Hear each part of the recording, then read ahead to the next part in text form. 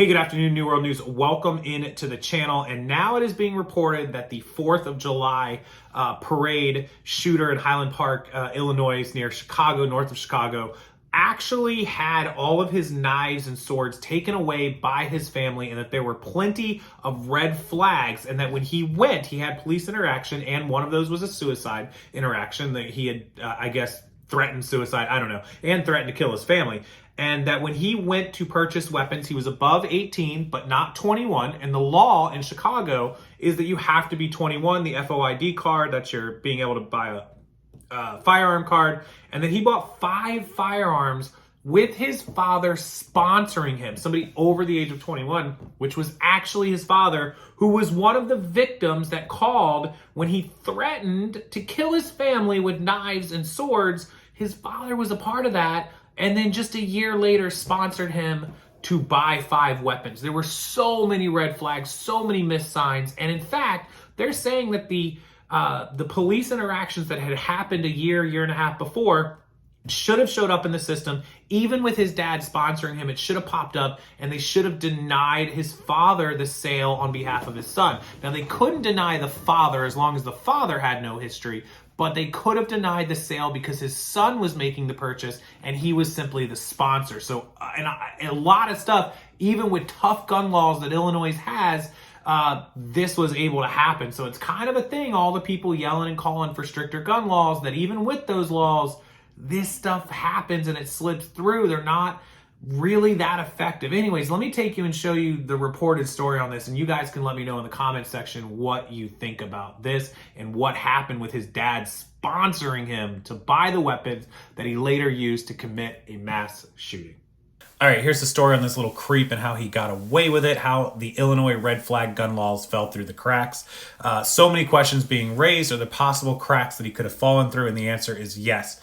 Police have said that the assault-style rifle that suspect Bobby Crimo III allegedly used in the Highland Park mass shooting was legally purchased, as were the other 4 guns that he owned. That despite the state's red flag laws, which some say could have been used to deny him an FOID, which is a firearms ID card, or to potentially take the weapons away, Illinois has legislation in place. However, it's woefully lacking and needs to have teeth to end mass shootings, says Lorianne Post, who has a PhD from Northwestern University.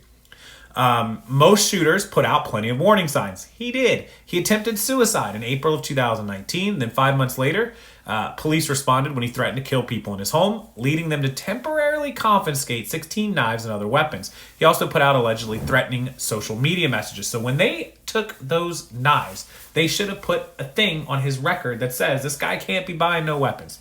The firearms restraining order, there it is useful in all these situations. Someone making threats, experiencing trauma, should not possess firearms, said Representative Dents Wang Stoneback of the 16th District, probably his district. So yes, that is absolutely what should have happened, and that would have ended it. Stoneback fought for funding to educate people about the red flag law. Since the law took effect in 2019, more than half of the red flag alerts statewide have been in DuPage County. I have no doubt the law has saved lives in DuPage County.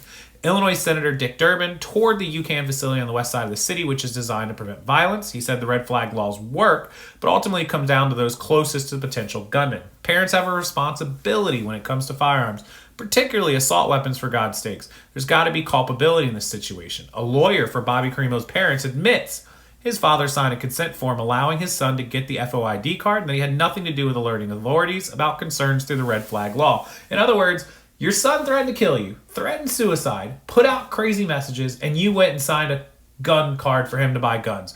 I hope he goes to jail. Illinois State Police announced Wednesday afternoon that there will be a criminal investigation into the culpability of the father because he signed the affidavit. There you go. Arrest him.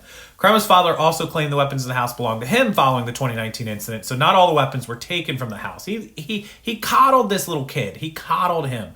ISP added that based on the information law enforcement had at the time, there was nothing that could have been done to deny Crimo's FOID card to legally buy his guns. Yes, there was. His father not sponsoring him for starters, but also that knife thing, they should have flagged him. They should have. Once somebody goes crazy, no, they should not have a gun. I agree with that. Everyone has the right to bear arms and have a gun. Second Amendment all the way, but not when you're crazy and you threaten to do stuff like that. The family's attorney said his clients are cooperating fully with the investigation, are answering questions, and provided authorities access to electronics and more. His father's going to go down for this. At the very least, their financial lives is over. They're going to sue. Everyone is going to sue them for wrongful death and injuries and all that. They are going to get sued all the way out of town. But I think he's going to go to jail also. We'll have to wait and see. But with that said, there's how he got through the red flag. That's how he fell through the cracks. And it's unfortunate and it's sad. And 7 people had to lose their lives, including 2 parents whose son is now an orphan, a 2-year-old orphan. And many, many other people shot and injured who will have trauma forever. And the people there that weren't injured that just saw it happen. So there you go. There's the little creep. And hopefully he goes down forever. He is. And I hope his dad does as well. What do you think? Leave it down in the comment section below. Let me know if you think his dad should be arrested in addition to all the lawsuits that are inevitably coming. And until next time I'll read the comments and respond to any that I get, hit the like button. Smash it. Turn it blue. It really helps the YouTube algorithm, and I appreciate it. And subscribe to the channel so you don't miss future news videos. And until that next video, I'll see you guys later.